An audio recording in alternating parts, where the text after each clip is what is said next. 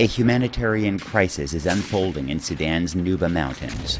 Since fighting began here last June, the government of President Omar al-Bashir has massacred, bombed, and starved the Nuba people in the name of quelling an armed rebellion. Hundreds of thousands of civilians have been driven from their homes. ما مشينا من تردون الدانات دقونا زدان احنا جرينا خشينا بالكراكير البخادي بقتلهم بالأسلحة وباقي بضبهم بالسكاكين انت كان قبطوك دي الحي بضبهوك هاي النوبة ما بيلقوا سلطة تانية بيتي ما بيلقوا سلطة بياكلوا في دهارهم كله ما سنة. You were running from a bombing or running from soldiers or what happened? I'm here in a refugee camp talking to Sudanese and hearing horrible stories about government attacks, ethnic cleansing, mass rape.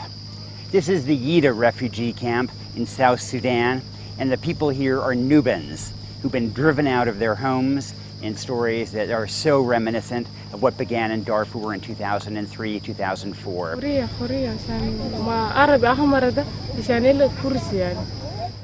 Elizabeth Coffey said Sudanese uniformed soldiers kidnapped her in December and held her for 23 days before she escaped.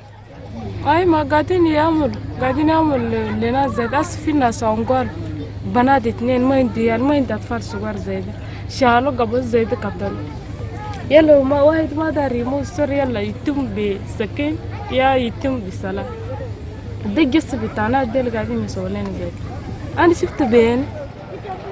New arrivals appear daily, some having walked for days and many half-starved. The Sudanese government has barred aid workers and journalists from the Nuba Mountains and from the surrounding state of South Kordofan. Sudan wants to conceal atrocities there, and it has been pretty successful at doing so. Are you afraid that Yida will be bombed or not? I decided to slip across the border to investigate for myself what is happening in the Nuba Mountains. We are in Sudan or in South Sudan? We are now entering North Sudan, somewhere along this road. My guide was Ryan Boyette, an American human rights observer who married a Nuba woman and makes the trip often. He drove me in his mud camouflaged vehicle to the border town of Jau. Okay, this is Nimeri's house. There I met Nimeri Murat, the local commander of the SPLM North rebel force. The rebels control much of the Nuba Mountains, and they're determined to continue to resist President Bashir.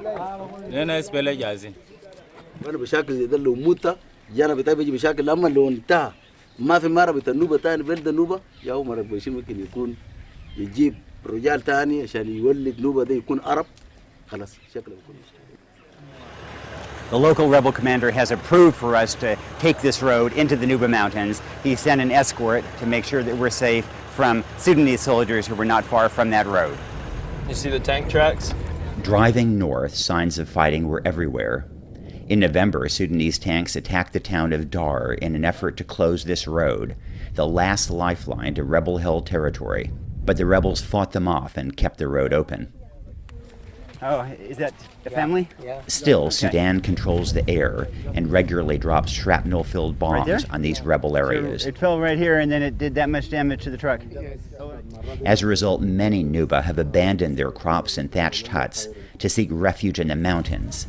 Near the village of Tabanya, I found many families hiding in caves. And have you been able to farm some land? No?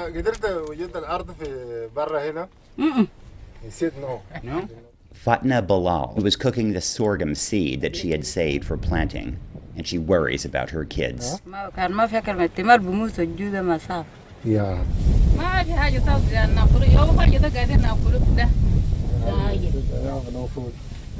Many other families are subsisting only on leaves and nuts. What have you eaten today?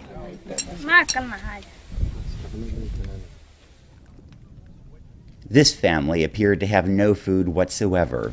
While I was talking with them, the familiar drone of an Antonov bomber was heard overhead. Suddenly, everyone scrambled for cover. I see the bomber up ahead. It's passed over. It's an Antonov bomber, and everybody has taken cover in these caves. They've learned the hard way that when a bomber is overhead, you run. When does that happen? That a bomber comes and everybody has to run? Every day? Every day you have to run and hide. Families everywhere here do the same. Only some caves offer more protection than others. And this child died of an Antonov bombing, but it was a few months ago, but the family has come in.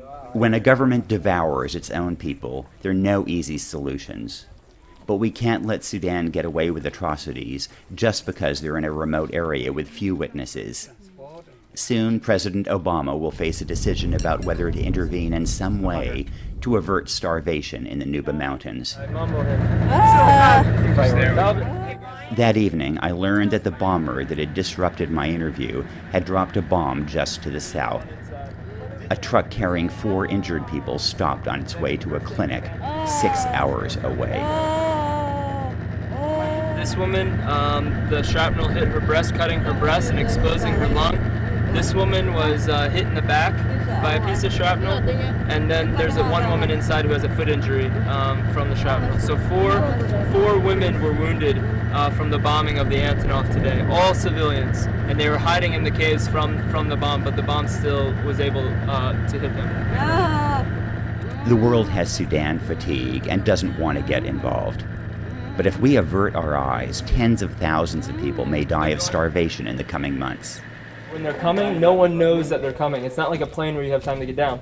But these things come, and then all of a sudden there's a huge explosion. And every day, some of the world's most impoverished people will encounter 21st century technology by being bombed. I'm hoping that woman's screams will prod our consciences. In the Nuba Mountains, for the New York Times, I'm Nicholas Kristof.